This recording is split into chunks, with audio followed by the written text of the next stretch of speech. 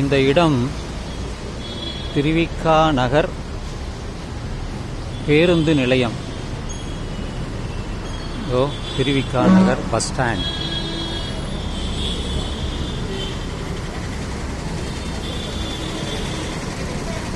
பொன்னியம்மன் மேடு அங்கே ஒரு கோயில் இருக்குன்னு சொல்லிட்டு போனேன். ஆனால் ஒரு அம்மன் கோயில் தான், பாலாஜி நகரில் இருக்கக்கூடிய ஒரு அம்மன் கோயில். அது ரொம்ப ஃபேமஸ், பிரசித்தி பெற்றது அப்படின்னு சொன்னாங்க. பார்த்தா ஒரு 30 வருஷத்துக்குள்ளே தான் இருக்குது. உள்ள ஒரு பூசாரி இருந்தார். எல்லா பூசாரியுமே ஒவ்வொரு கோயிலை அவங்க தத்தெடுத்துக்கிட்டு இருக்காங்க. அது நமக்கு போனாவே தெரியும். மற்ற கிராமத்தில் போனோம்னா அந்த கிராம பூசாரி இருப்பாங்க. ஆனால் இவங்கெல்லாம் சென்னையில் போன்ற பல இடத்துல, சுற்றுப்புற இடத்துல இருக்கவங்கலாம் அவங்க ஒவ்வொரு கோயிலையும் அவங்க தத்தெடுத்துக்குவாங்க. ஒருவேளை அவங்க லீவ் எடுத்துட்டாங்க அப்படின்னா அவங்களுடைய உறவினரை வேறு யாரையோ கொண்டாந்து அவங்க பார்ப்பாங்க. அதில் பொதுவாக அந்த அம்மன் கோயில்னாவே பெண்களுக்கு அதிக பக்தி, ஆண்களை விட பெண்களுக்கு அதிக பக்தி. அதில் 3 சிலைகளை பார்த்தேன். நான் உள்ளே போயிட்டு வந்தேன், ஒரு ரவுண்ட் அடிச்சுட்டு வந்தால் வாராகி அம்மன் அப்படி ஒன்று, பிரித்யங்கா தேவி ஒன்று, மாரியம்மன் 3. அந்த 3 சிலைகளும் சுமார் ஒரு 6 அடிக்கு மேலே இருந்தது. ஆஜானுபாகுவாக இருந்தது. ஆனால் விகாரமாக இருந்தது. பல்ல வெளிச்சிக்கிட்டு அப்படி இருந்தது. மாரியம்மன் சாதாரணமாக இருந்தது. இந்த வாராகி அம்மன், பிரித்யங்கா தேவி எல்லாம் பல்ல நாக்கை நீட்டிக்கிட்டு பல்லெல்லாம் வெளியே வச்சுக்கிட்டு ஒரு மாதிரியாக அகோரமாக இருந்தது. அகோரம் இல்லை, அகோரம்னு அழகு. இது கோரமாக இருந்தது.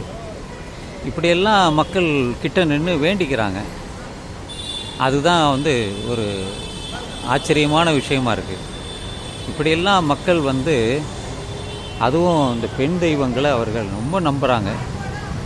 அவங்க நினைக்கிறதெல்லாம் நடக்கும் என்ற ஒரு நம்பிக்கை அவர்களிடம் இருக்கிறது. அது சாதாரண ஒரு கோயில் தான். நேற்று கூட வேறு ஒரு கோயிலுக்கு போனோம். 3 கோயிலுக்கு போயிட்டு வந்தேன். ஆனால் அங்கெல்லாம் அவ்வளோ கூட்டம் கிடையாது. நான் இது போல் சென்னை அருகாமையில் இருக்கக்கூடிய சின்ன சின்ன அம்மன் கோயிலெலாம் மக்கள் ரொம்ப பக்தி அதிகமாக அவர்களிடம் இருக்கிறது. கொஞ்சம் நஞ்சம் இல்லை, ரொம்ப அதிகம். அதனால் அதை நம்ம ஒன்றும் பண்ண முடியாது. அப்படித்தான் அவங்களுடைய பக்தி இருக்குது. அவங்களுடைய எண்ணத்தை எல்லாம் மாற்ற முடியாது. ஏன்னா அவ்வளோ ஆழமாக அவங்களுடைய மனசில் பதிஞ்சு போச்சு. அதில் மாற்றுறதெல்லாம் ரொம்ப ரொம்ப ரொம்ப கஷ்டம். அதுவும் குறிப்பாக பெண்கள் தான்.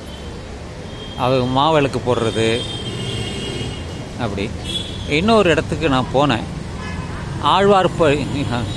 உழவார்பணி அப்படின்னு சொல்லிட்டு நான் போகும்போது பஸ்ஸில் வந்தாங்க. பெண்களுக்கு இலவசம் தானே. அதில் போகிறாங்க, நிறைய பேர் போனாங்க. ஒரு 5-6 பேருக்கு மேலே போகிறாங்க. எங்கம்மா நீங்கள்லாம் போகிறீங்கன்னு கேட்டேன். நாங்கள்லாம் உழவார்பணிக்கு போகிறோம் அப்படின்னாங்க. என்னம்மா அப்படின்னா, என்ன பண்ணுவீங்க அப்படின்னா, கோயிலெலாம் சுத்தம் பண்ணுவோம், ஒட்டடை அடிப்போம், கழுவி விடுவோம். இதுக்கு உங்களுக்கு ஏதாவது காசு தருவாங்களா? ஐயையோ அதெல்லாம் இல்லைங்க, நாங்கள் ஒரு சேவைக்காக தான் செய்கிறோம், இதுதான் உழவார்பணி அப்படின்னாங்க. இப்படி நிறையா பேர் அங்கங்கே கோயிலுக்கு போயிட்டு சுத்தம் பண்ணுறது, கழுவி விடுறது, அதுக்கு அவங்களுடைய சேவையாக எடுத்துக்கிறாங்க. ஏதாவது ஒரு நன்மை கிடைக்கும், அந்த கடவுளின் அனுகிரகம் கிடைக்கும் என்றெல்லாம் அவர்களுடைய நம்பிக்கை இருக்கிறது. அதனால்தான் இப்படி பலரும் இருக்கிறார்கள். அது இப்படி நடக்குது. அதுக்கு நம்ம என்ன மாற்று கருத்தா எதுவும் சொல்ல முடியாது. அப்படித்தான் பலருடைய எண்ணங்கள் அப்படி இருக்குது. அதுவும் சின்ன வயசுலேருந்தே சிலருக்கு அப்படி எண்ணம் வந்துடுது.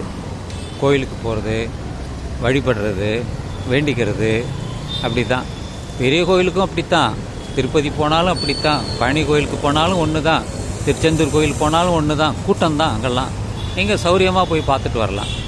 ஏதாவது ஒரு மரம் இருக்கும், அந்த மரத்தை சுற்றி கட்டிடுவாங்க. அப்படி தான் நிறைய இடத்துல இருக்குது.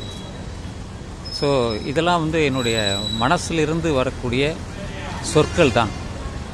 எனவே நண்பர்களே, சிலரது நம்பிக்கையை நாம் வந்து ஏளனமாக சொல்லக்கூடாது.